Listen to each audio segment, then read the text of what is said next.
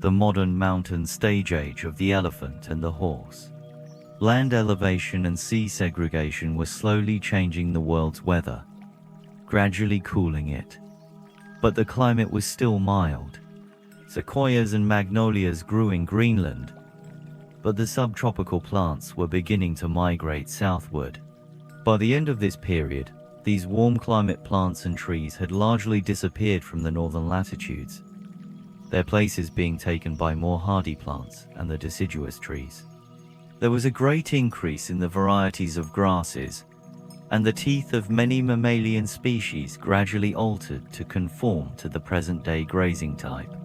25 million years ago, there was a slight land submergence following the long epoch of land elevation. The Rocky Mountain region remained highly elevated, so that the deposition of erosion material continued throughout the lowlands to the east. The Sierras were well re-elevated. In fact, they have been rising ever since. The Great 4-Mile Vertical Fault in the California region dates from this time.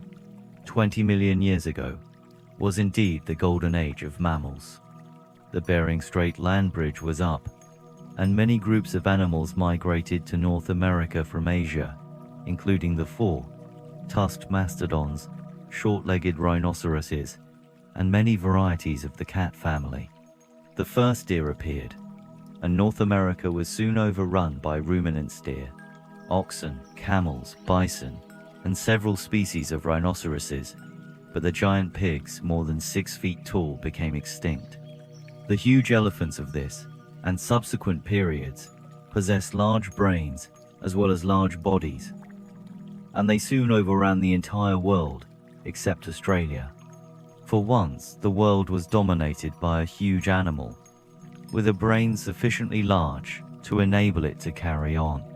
Confronted by the highly intelligent life of these ages, no animal the size of an elephant could have survived unless it had possessed a brain of large size and superior quality. In intelligence and adaptation, the elephant is approached only by the horse and is surpassed only by man himself. Even so, of the 50 species of elephants in existence at the opening of this period, only 2 have survived. 15 million years ago, the mountain regions of Eurasia were rising, and there was some volcanic activity throughout these regions, but nothing comparable to the lava flows of the Western Hemisphere. These unsettled conditions prevailed all over the world. The Strait of Gibraltar closed, and Spain was connected with Africa by the Old Land Bridge. But the Mediterranean flowed into the Atlantic through a narrow channel which extended across France, the mountain peaks and highlands appearing as islands above this ancient sea. Later on, these European seas began to withdraw. Still later, the Mediterranean was connected with the Indian Ocean, while at the close of this period, the Suez region was elevated, so that the Mediterranean became, for a time, an inland salt sea.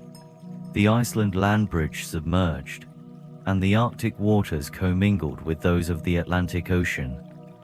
The Atlantic coast of North America rapidly cooled, but the Pacific coast remained warmer than at present.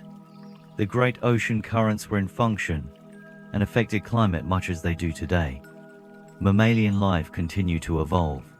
Enormous herds of horses joined the camels on the western plains of North America. This was truly the age of horses as well as of elephants. The horse's brain is next in animal quality to that of the elephant, but in one respect it is decidedly inferior. For the horse never fully overcame the deep-seated propensity to flee when frightened. The horse lacks the emotional control of the elephant, while the elephant is greatly handicapped by size and lack of agility. During this period, an animal evolved which was somewhat like both the elephant and the horse, but it was soon destroyed by the rapidly increasing cat family. As your rancher is entering the so-called horseless age, you should pause and ponder what this animal meant to your ancestors. Men first used horses for food, then for travel, and later in agriculture and war.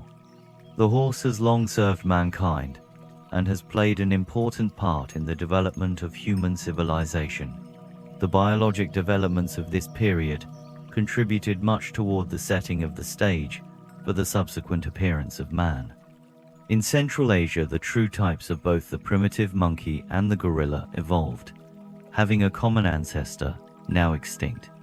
But neither of these species is concerned in the line of living beings which were, later on, to become the ancestors of the human race. The dog family was represented by several groups, notably wolves and foxes. The cat tribe, by panthers and large saber-toothed tigers, the latter first evolving in North America. The modern cat and dog families increased in numbers all over the world. Weasels, martens, otters, and raccoons thrived and developed throughout the northern latitudes. Birds continue to evolve, though few marked changes occurred. Reptiles were similar to modern tiger snakes, crocodiles, and turtles, thus drew to a close a very eventful and interesting period of the world's history. This age of the elephant and the horse is known as the Miocene.